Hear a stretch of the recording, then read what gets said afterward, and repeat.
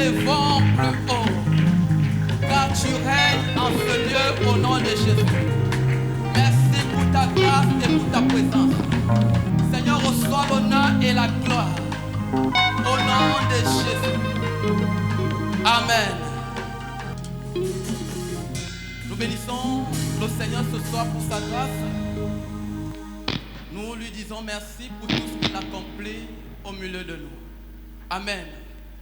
Je voudrais que tu m'aides à célébrer ce soir la grâce de Dieu dans la vie de son oint, dans la vie de notre Père, en la personne de l'apôtre docteur Ludovic Paulin Fosso. Je voudrais entendre les you-you des mamans. Amen. Merci Jésus. Alléluia.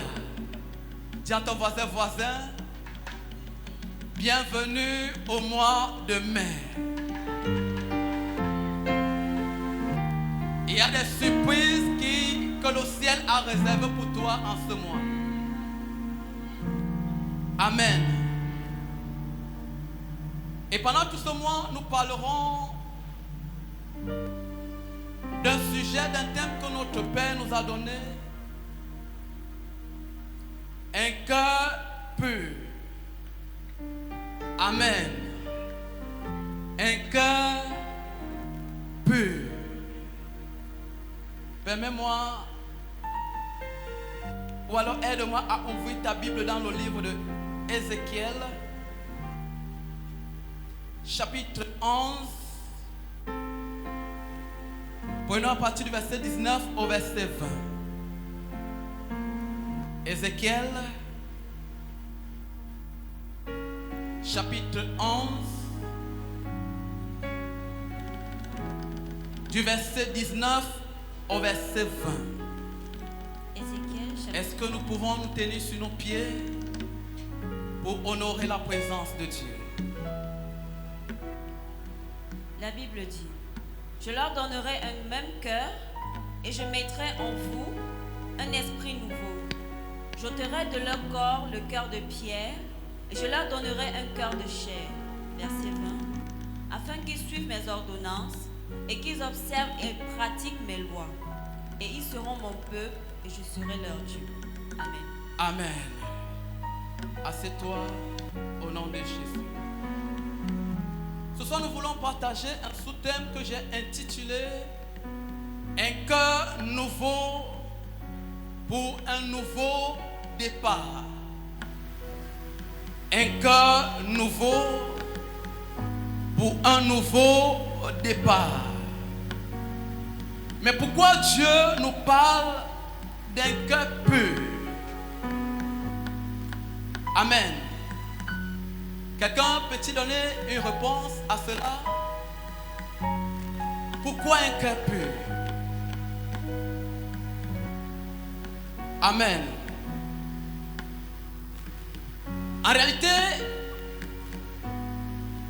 dans l'agenda de Dieu, pour cette vision, lorsque Dieu regarde cet agenda, il réalise qu'il y a des choses qui ne se sont pas encore accomplies jusqu'à présent. Or, c'était des choses qui étaient supposées être déjà accomplies. Mais lorsqu'il regarde cet agenda pour cette vision, il réalise que rien n'est encore fait. Rien n'est encore accompli. Je prie et je déclare au nom de Jésus que ton agenda soit ouvert au ciel en ce mois de mai au nom de Jésus. Je suis en train de dire que l'agenda de Dieu pour ta vie soit ouvert en ce mois au nom de Jésus. Alors lorsqu'il ouvre cet agenda, il est en train de regretter que des grandes choses qu'il a promis dans cette maison, rien n'est encore fait. Et lorsqu'il s'interroge, mais pourquoi cela n'est pas fait? Pourquoi ce n'est pas encore arrivé? Il réalise que ces choses ne sont pas encore encore arrivé à cause de l'état du cœur du peuple. Amen. Beaucoup de choses devaient être accomplies. On devait avoir un miracle extraordinaire. Je ne suis pas en train de dire que la grâce de Dieu n'est pas disponible. Je ne suis pas en train de dire que Dieu n'accomplit pas. Je ne suis pas en train de dire que Dieu n'est pas présent au milieu de nous. Mais je suis en train de dire ceci, que selon l'agenda de Dieu, des choses devaient être mieux que ça. Amen. Mais il réalise que le cœur du peuple n'est pas entièrement à lui. C'est pourquoi il nous parle donc d'un cœur pur. Alléluia. Je vais prendre deux textes dans la Bible. Psaume chapitre 51, le verset 10. Mais dans ma Bible, c'est le verset 12. Amen.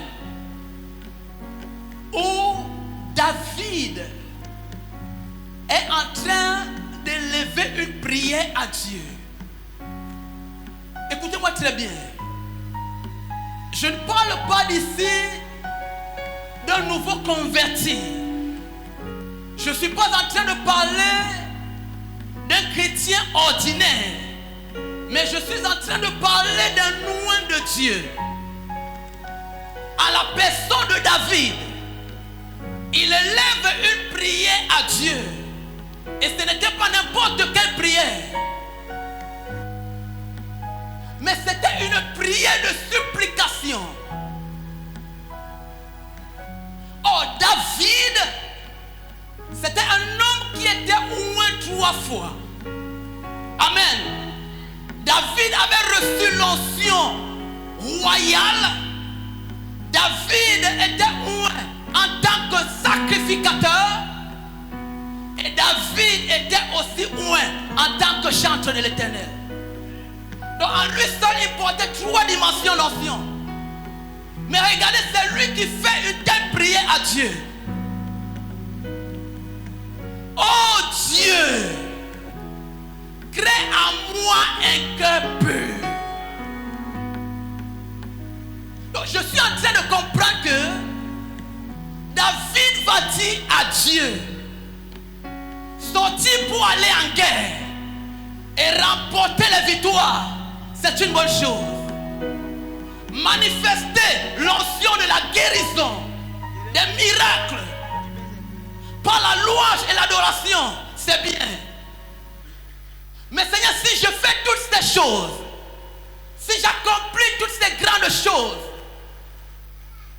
et que mon cœur n'est pas pur, il ne sert à rien.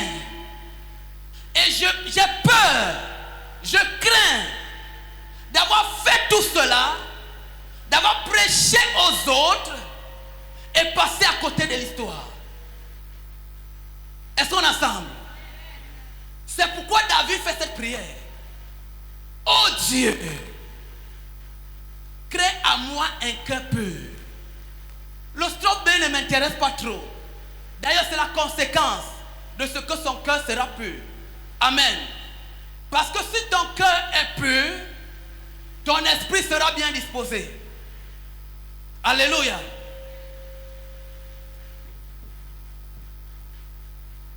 David, c'était un homme oint. Je prie et je déclare au nom de Jésus. En ce mois de mai, l'Éternel va te oindre. Dieu va te oindre. Au nom de Jésus.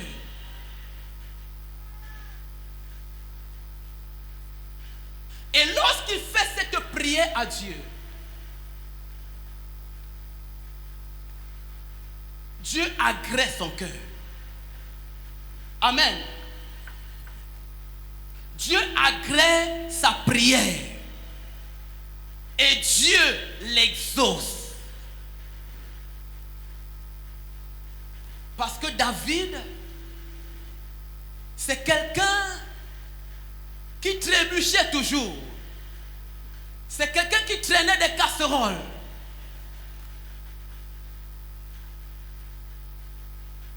Il a dit, Seigneur, viens à mon secours, je t'en supplie. Alléluia.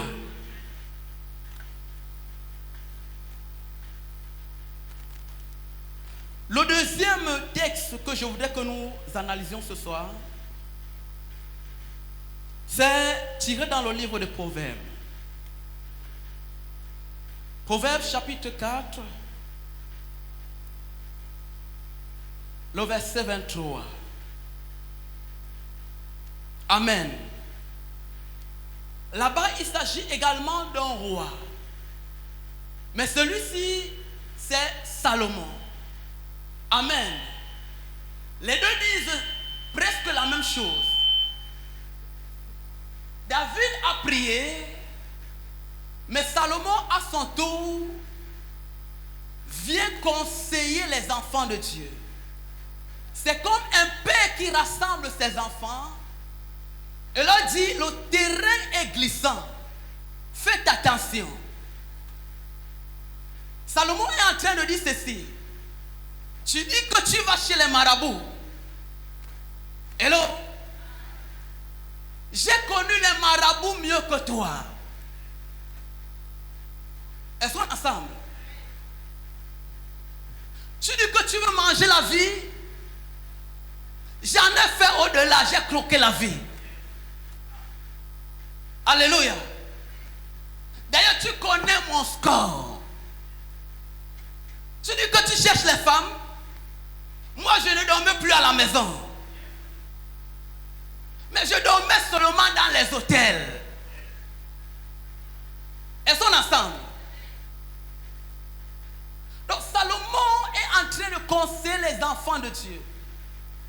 Lui, il ne prie pas, mais il conseille. En disant ceci. Garde ton cœur. Amen. Garde ton cœur. Plus que toute autre chose. Car de lui viennent les sources de la vie.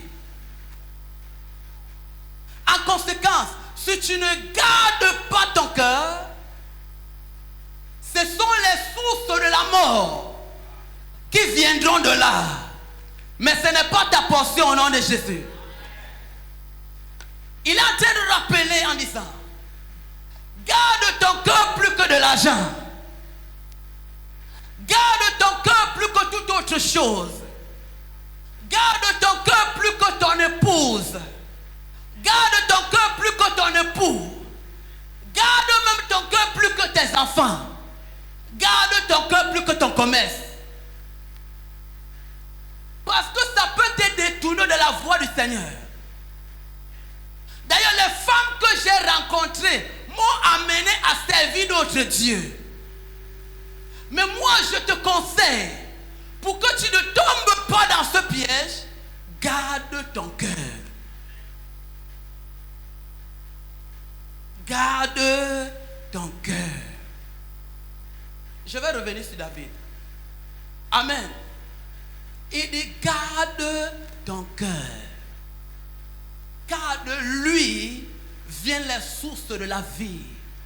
Les sources de la vie veut dire que tout ce que tu feras désormais va porter des fruits. Ce que tu feras désormais va prospérer. Si tu gardes bien ton cœur, tes affaires vont prospérer. Si tu veilles sur ton cœur, alors ton entreprise va prospérer. Tes mains seront bénies. Parce que tu veilles sur ton cœur. Amen. Je reviens donc sur David. Lorsque David dit, oh Dieu, crée en moi un cœur pur.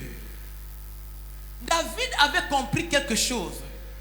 Qu'en fait, il y a une loi qui bagarre avec son cœur. Amen. Cette loi s'appelle la loi du péché et de la mort. Parce que David n'a pas été à notre dispensation, celle de la grâce. Il a connu une seule dispensation, celle de la loi. Mais nous pouvons nous réjouir.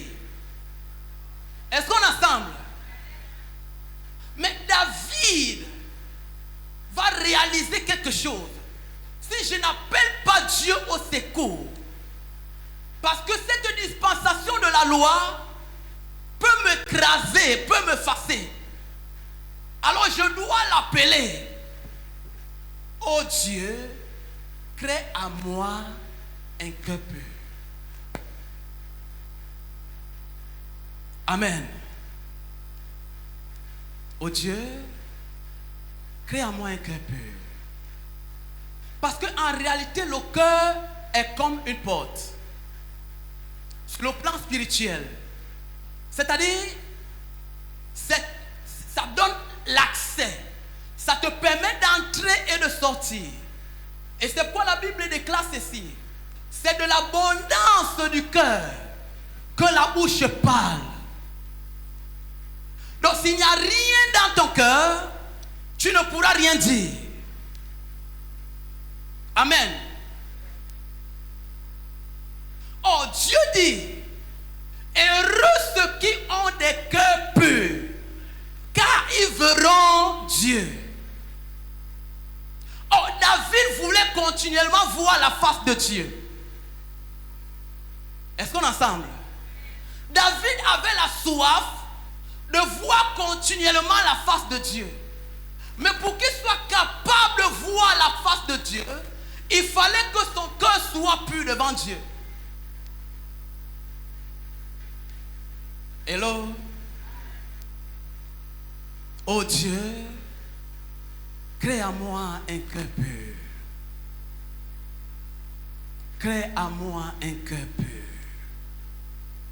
Est-ce qu'on est ensemble? Revenons dans le texte que nous avons lu. Ici, c'est Ézéchiel le prophète qui est en train de parler. Et lorsque vous observez déjà au chapitre 1, je veux dire au verset 1, la Bible déclare ceci: l'Esprit m'enleva et me transporta à la porte orientale de la maison de l'Éternel, à celle qui regarde à l'Orient. Et voici, à l'entrée de la porte, il y avait 25 hommes. Et je vis au milieu de Jazania, fils d'Azur, et Pélatia, fils de Benaja, chef du peuple. Alléluia. En réalité, David n'était pas à l'église. Je veux dire, il n'était pas présent à l'église. Mais l'Esprit de Dieu va le transporter à l'église pour voir un peu ce qui se passe à l'église. Est-ce qu'on est ensemble? Et pendant que Dieu va le transporter à l'église, la Bible déclare qu'il va voir 25 personnes. Et au milieu de ces personnes, il y avait 2 hommes. Et c'est ainsi que Dieu va lui dire: observe bien. Ce sont ces gens-là qui créent le trouble dans la maison de Dieu. Oh Jésus. Vous savez, lorsqu'on est là, il y a trop de cafouillage. Mais parfois, il faut que Dieu révèle. Est-ce qu'on est ensemble? C'est que dans le ministère de cet homme de Dieu, il était en train de se poser des questions. Comme l'apôtre peut se poser des questions. 10 ans de ministère, 15 ans de ministère, près de 20 ans de ministère. Pourquoi ça ne marche pas? Pourquoi ça n'avance pas? C'est ainsi que Dieu va l'amener dans la maison de Dieu. Et lorsqu'il sera transporté dans la maison de Dieu, Dieu va ouvrir ses yeux pour qu'il identifie, pour qu'il voit exactement les mauvaises semences dans la maison de Dieu. Est-ce qu'on est ensemble? Et jusqu'au verset 13, lisez très bien. Au verset 13 maintenant, la Bible déclare ceci. Lorsque l'homme de Dieu va commencer à prophétiser, va commencer à dire des choses, l'un est tombé, il est mort. Je ne suis pas en train de dire que l'homme de Dieu doit ouvrir sa bouche pour que des vies commencent à tomber. Ce n'est pas ce que je suis en train de dire. Mais je suis en train de dire ceci. Que Dieu, en ce temps-ci, veut simplement qu'il comprenne qu'au milieu de lui, dans ses douleurs, dans ses gémissements, et à crier à Dieu, qu'il le localise, qu'il sache identifier les poisons. Est-ce qu'on est ensemble? Et ce sont ces personnes-là qui excitaient le peuple de Dieu, qui excitaient la rébellion, qui créaient le trouble, qui créaient des cassures. Mais l'homme de Dieu les a repérés. Alléluia. Non, n'aie pas peur ce soir. Ce n'est pas ta portion au nom de Jésus. Est-ce qu'on est ensemble? Car ton cœur est pur. Hello? Parce que la parole de Dieu déjà te sanctifie. Amen. Il va observer ces hommes. Ils étaient 25. Au milieu d'eux, il y avait 2 éléments. Dis à ton voisin 2 éléments. Chez moi, on dit une seule dent est capable de pourrir toute la bouche. Amen. Une seule dent est capable de faire pourrir toute la bouche. L'homme de Dieu a simplement pris le micro et un est tombé. Mais tu ne tomberas pas au nom de Jésus. Amen. Tu ne tomberas pas au nom de Jésus. Et maintenant jusqu'au verset 19, jusqu'au verset 20, lorsque le premier va tomber, l'homme de Dieu va crier à Dieu, oh Dieu, est-ce pour ça que tu m'as appelé? C'est-à-dire que lui-même n'était pas d'accord que ça arrive. Et Dieu va lui dire, il s'agit là de tes frères. Il s'agit là des gens de ta maison. Mais pour un temps, Dieu va les éloigner, va les séparer de la ville. Et c'est plus tard que Dieu va les rappeler à lui. Est-ce qu'on est ensemble?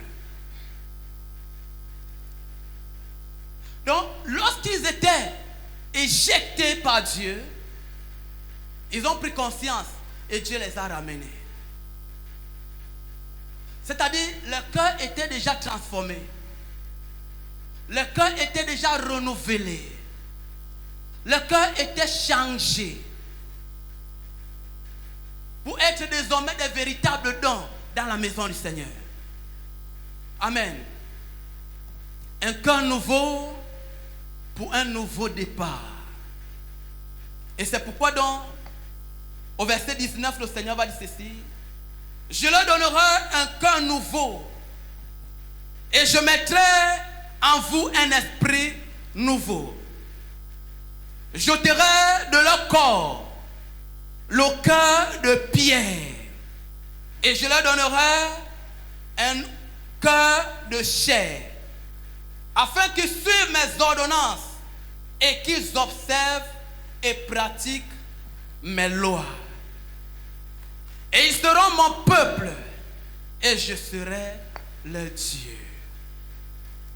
Parce que là, ils avaient déjà pris conscience. Amen.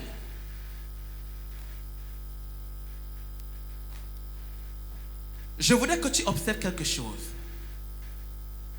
La Bible déclare dans le livre de Matthieu chapitre 26, à partir du verset 69 jusqu'au verset 75, la Bible parle d'un homme appelé Simon.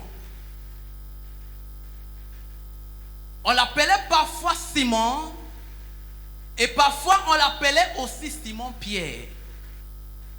Amen. Il était dans le ministère de Jésus. Mais il était incrédule. Amen. Il était quoi? Incrédule. D'ailleurs, le même Simon, la Bible déclare ceci, lorsque les autres disciples n'étaient pas là, il se retrouvait au milieu des païens et faisait comme des païens, se comportait comme des païens, parlait comme des païens. Ça veut dire que son cœur n'était pas encore pur. Est-ce qu'on est ensemble? Son cœur n'était pas encore vrai devant Dieu. Dans son esprit, il pensait que le service de Dieu était le muscle parce qu'il était trop fort. Le fait pour lui de trop ramer en mer, ça avait développé les muscles. Et il croyait qu'à cause de cela, il était qualifié pour être à côté de Jésus. Mais il sera challengé un jour. Jésus lui-même va lui dire, Pierre, non, ce n'est pas avec la force. Mais je suis convaincu qu'aujourd'hui même, avant que le corps ne chante, toi là, tu m'auras renié 3 fois. Je parle ici d'un cœur nouveau pour un nouveau départ. Parce qu'un cœur nouveau, c'est un cœur renouvelé. C'est un cœur transformé pour des grandes choses, pour de nouvelles opportunités. Donc ici, Pierre, son cœur n'était pas encore, je veux dire, Simon Pierre, son cœur n'était pas encore renouvelé. C'est pourquoi il pouvait se comporter d'une certaine manière. C'est pourquoi il pouvait faire du n'importe quoi. Mais gloire à Jésus. Parce qu'un jour, Dieu s'était souvenu de lui. Dieu avait saisi son cœur. Je prie que l'Éternel saisisse ton cœur au nom de Jésus. Le même Pierre dont la promesse de Dieu était sur sa vie. Lorsque vous lisez Jean chapitre 21, vous allez vous rendre compte que même jusque là-bas, Pierre n'avait pas encore compris la mission de Dieu pour sa vie. Parce qu'un jour, il s'est retrouvé nu sur l'une des plages en train de pêcher. C'est quand on va lui dire que voilà le maître qui va se jeter dans les eaux. Amen. Non, ce n'est pas ta portion au nom de Jésus. C'est Simon Pierre là-bas, ce n'est pas toi. Amen. Mais le jour où il a compris que l'appel de Dieu était en train de cogner très fort dans son esprit, son cœur a subitement changé. Son cœur était directement transformé. Et il a payé le prix. Frère, tu peux payer ce prix. C'est pourquoi Salomon a conseillé. Garde ton cœur. Amen. Garde ton cœur. Simon Pierre a dit non. Je ne peux pas rater cette opportunité. Je ne peux pas rater l'occasion de ma destinée. Je ne peux pas rater l'opportunité de mes affaires. Je vais la saisir. Et il a été transformé. Le même Simon Pierre qui a régné Jésus 3 fois, c'est le même, pendant un discours, a gagné plus de 3000 âmes. Donc chaque fois qu'il avait régné Jésus, c'était 1000 âmes qu'il avait perdues comme ça là. Amen. Chaque régnement, c'était 1000 âmes. Donc, ayant régné 3 fois, il a gagné 3000 âmes. Que l'onction d'un nouveau départ te localise au nom de Jésus. Il s'est levé devant une foule. Il a libéré la pensée de Dieu. Et des âmes ont été sauvées. Et des âmes ont été gagnées. Amen. Un cœur nouveau pour un nouveau départ. Un cœur nouveau, c'est un cœur sans hypocrisie. Un cœur nouveau, c'est un cœur sans rancœur. Un cœur nouveau est un cœur dont il n'y a plus de la méchanceté. Amen.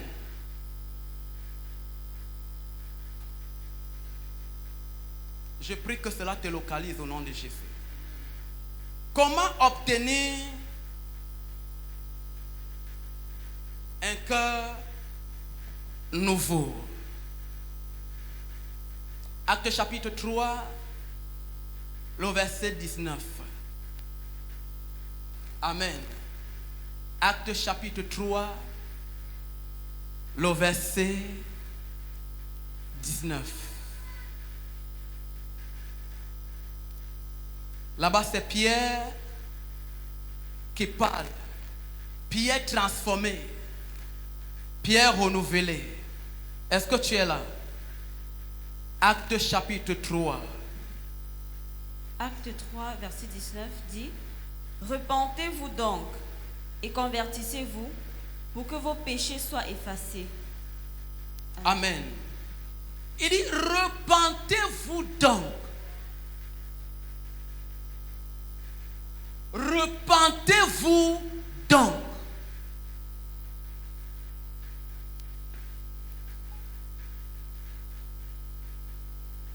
En d'autres mots, abandonnez, renoncez et soyez convertis. Amen. Mais j'ai l'habitude de dire ceci: pour qu'il y ait une véritable repentance, il faut qu'il y ait ce qu'on appelle le repentir. C'est-à-dire que tu sois capable de regretter la faute que tu as commise. Si tu ne réalises pas que cette faute est lourde, ta repentance ne sera pas vraie. Donc il faut que tu réalises que tu as blessé. Il faut que tu réalises que tu as causé du tort, que tu as fait mal. Mais si tu cherches à te justifier, on peut se séduire en disant: non, je n'ai jamais rien fait. Non, l'erreur là ne vient pas de moi. Mais si tu t'examines toi-même, tu vas réaliser que ton doigt aussi était dedans. Amen. Quelqu'un comprend ça? Tu vas réaliser que même ta bouche était dedans. Mais tu veux maintenant faire comme Simon-Pierre. Tu te tiens à distance. Hello. Pour dire que non, je n'ai rien dit, je n'ai rien fait.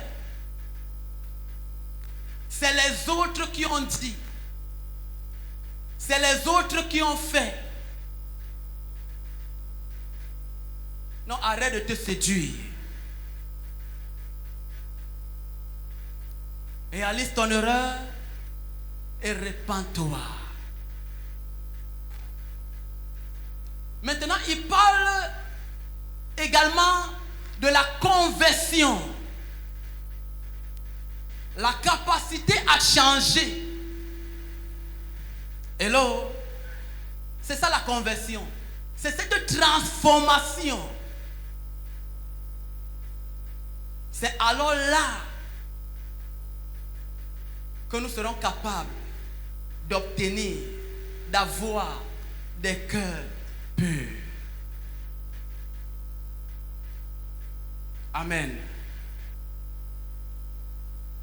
C'est alors que nous pouvons avoir des cœurs purs. La repentance et la conversion. Donc un changement brutal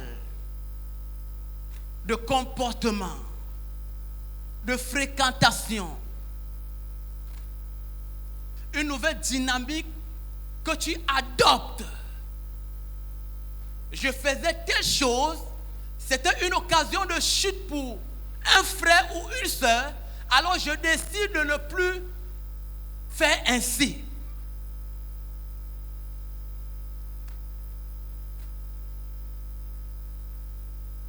Amen.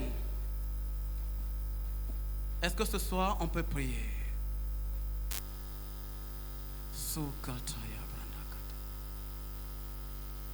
Mon cœur, soumets-toi. Mon cœur, soumets-toi. Mon cœur, soumets-toi à la volonté de Dieu.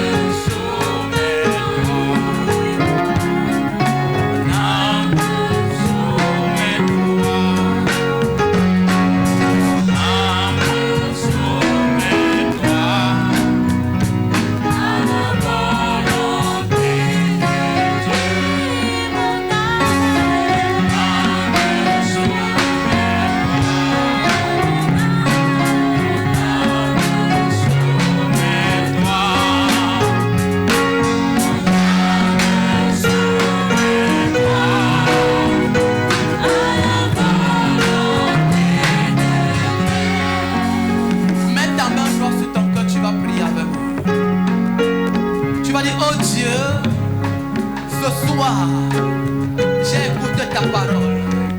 Je prie que tu touches mon cœur. Je prie que tu saisisses mon cœur.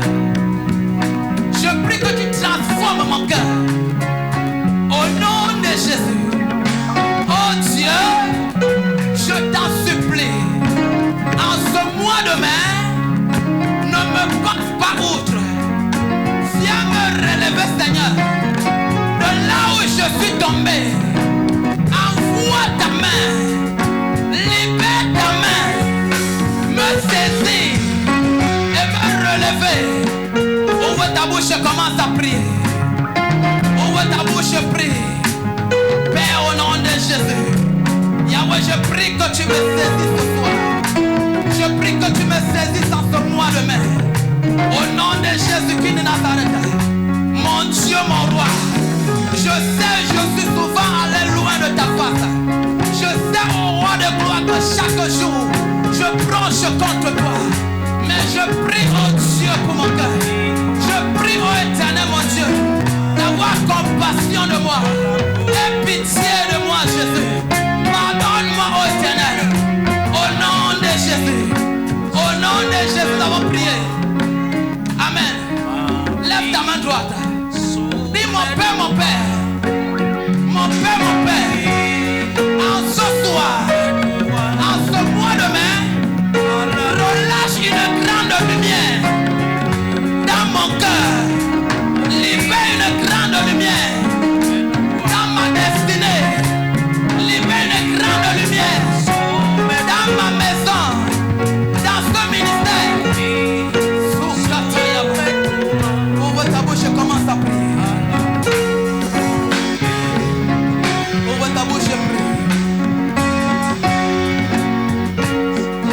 Ouvre ta bouche et prie. Je vais entendre l'église de prier. Je vais entendre l'église de prier. Dis Seigneur, libère une grande lumière dans cette maison.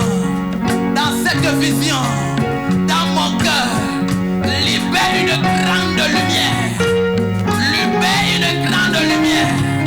L'état de mon cœur a éteint ma lumière. La lumière de ma destinée. La lumière de mes affaires. La lumière de mes projets.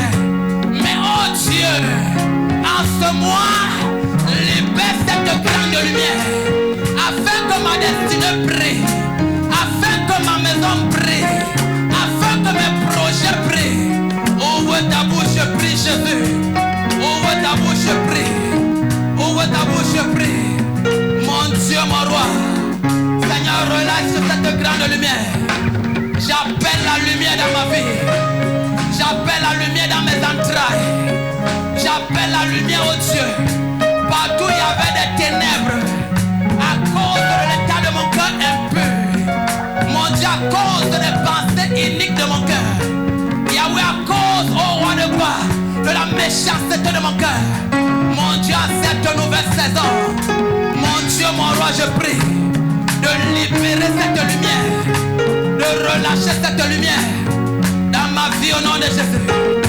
Dans ma vie au nom de Jésus. Au nom de Jésus.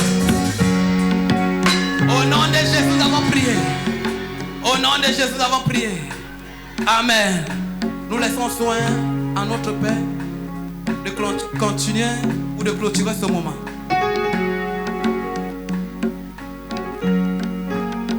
Ce monde n'est pas à toi. Cette terre est passagère. Mon pays est ciel. Il faut courir pour remporter le prix. Ce monde n'est pas à toi. Cette terre est passagère. Mon pays est au ciel. Il faut courir pour remporter le prix. Ce monde n'est pas à toi. Cette terre est passagère. Mon pays est au ciel. Il